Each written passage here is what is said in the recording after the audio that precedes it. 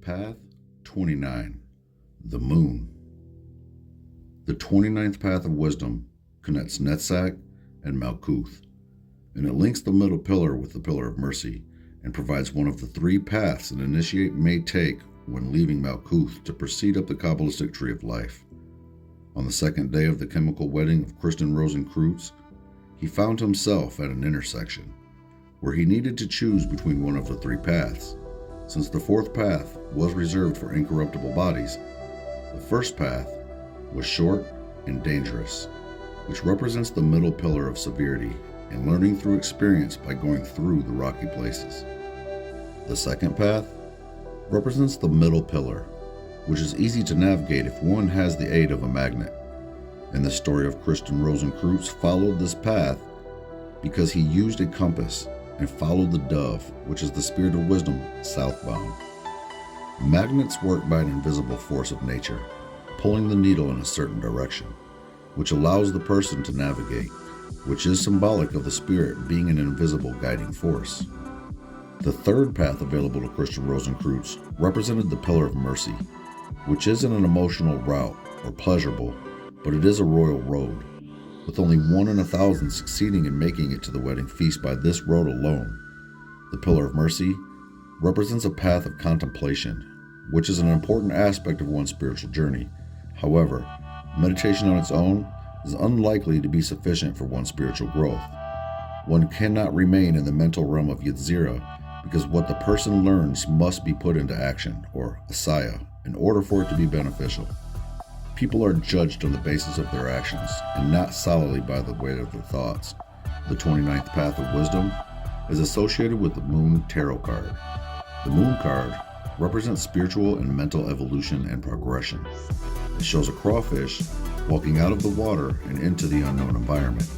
It also shows a dog and a wolf, representing the wild or active and domesticated or passive aspects of one's psyche. The dog and the wolf represent different aspects of the canine species, and they are divided by a dry riverbed of gold. The River of Gold represents the middle pillar of the Kabbalah, and the River Pishon that flows out of the Garden of Eden, which contains gold. The alchemical quest for gold involves following the river Pishon back to Eden, or the person's soul returning to God. The River Pishon represents the Shekinah, who fills a person with the living water of wisdom. The two canines represent different aspects within the great work. They are represented by different colors of gold because they are in different stages of the transmutation process. The wolf is the same color as the River Pishon, and the dog in the Rota Mundi tarot is colored to match the Hebrew letter Yad and the reflection of the moon. The dog represents the male polarity, or on the side of the pillar of severity, and the wolf represents the female polarity and the sea of contemplation associated with the subconscious mind. The wolf would do better in the rocky plains than the dog, but the wolf, who already lives by its instincts, must focus on contemplation in order to obtain a balance between objective thought and intuition. The central path, it leads up to the mountain of God in the background, which would represent Kether on the tree of the Sephiroth. The moon card represents the Shekinah, who is a reflection of God, just as the light of the moon is a reflection of the sun. The 15 Hebrew letters Yad represent God at work within the pillars, whose light reflects off the moon, as the Shekinah serves to make the light of God known to those who dwell on the earth. All the creatures below are hesitant about following the light of the moon, which is the guidance of the Shekinah through the two pillars. This card is about finding balance, both between the male and female polarities, and within the conscious and subconscious minds. The moon card is the 18th card in the major arcana. 18 is 1 plus 8 equaling 9, and the 9th Sephiroth is Yesod, which is foundation. Yesod is also associated with the Shekinah and the moon, and the marriage of the sun and the moon, or Yesod and Tifereth, begins at Yesod and continues on this path associated with the temperance card. The uniting of the male and the female polarities, or into one flesh, is a foundational aspect of both Kabbalah and alchemy. The 29th path reduces to the number 2, because 29, being 2 plus 9, equals 11. But 11 is 1 plus 1. This equals 2, which refers to wisdom. The rabbis, or the two things, and the two separate aspects of one psyche, being 1 plus 1, coming together to form a single number, balancing the conscious and subconscious, the instinctive and the domesticated. The moon reflects the light of the sun, and it has 32 rays coming off of it, which represent the 32 paths of wisdom of the Kabbalah. Between the pillars are 15 Hebrew letters Yod, which represent God's presence in creation. The 15 Yod produce a geometrical value of 6. See, 15 is 1 plus 5, which equals 6, which refers to the Sephirot of Tifereth that is at the center of the Kabbalah. Tifereth is associated with Yeshua, who is the original philosopher's stone, and the knight that the page, or initiate, seeks to emulate. The Sefer Yetzirah links this path to the Hebrew letter Kuf, which means revolutions, and it has a value of 100. The letter has the appearance of a hatchet, or refers to revolutions such as that of the Maccabees liberating the temple, but it also refers to the revolutions of the moon and the cycles of nature.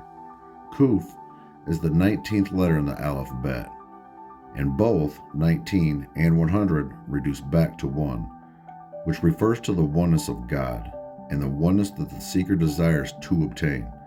The Sefer Yetzirah lists it as one of the 12 single letters and connects it with sleep. It aligns with the tribe of Joseph, who is known for his mental reflection and ability to interpret dreams. Joseph represents victory through perseverance, and his life is relevant to the lessons of the moon card.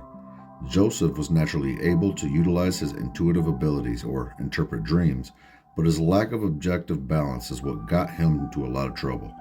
He revealed intuitive information to his brothers, who were not ready to hear it, and in their jealousy, they threw him into the well and then sold him into slavery. Joseph's life's journey was a long and difficult one that involved faith in God and perseverance, but he eventually gained mastery and balance between his intuitive thoughts and prudent speech. Joseph saved himself, his new country, and his family. The intelligence listed in the 32 paths of wisdom associated with the path of connecting Malkuth and Netzach is corporeal. The text reads, "The 29th path is called the corporeal intelligence. It informs everybody, which is incorporated under all orbs, and it is the growth thereof." Wyatt, 1902. The corporeal intelligence provides the contemplation that is meant to be incorporated or manifested within the physical world. Wisdom without application is of little benefit. The objective of this path is to hone one's intuitive abilities, to balance one's instincts with reason, and to apply the gained wisdom within the world. The moon provides reflected light, but the amount of light differs from the revolutions and orbits of the moon. These cycles and contemplative abilities prepare the path worker for the spiritual decisions he or she will soon encounter on the Pillar of Mercy at the Wheel of Fortune card.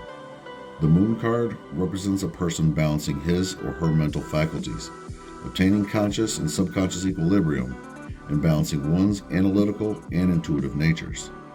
The two different canines on the card each possess different abilities and skills, but they are heading towards the same mountain and following the same light. Once the path worker reaches Netzach and gains victory over his or her mental faculties, his or her contemplations will switch to more spiritual, moral, and religious topics.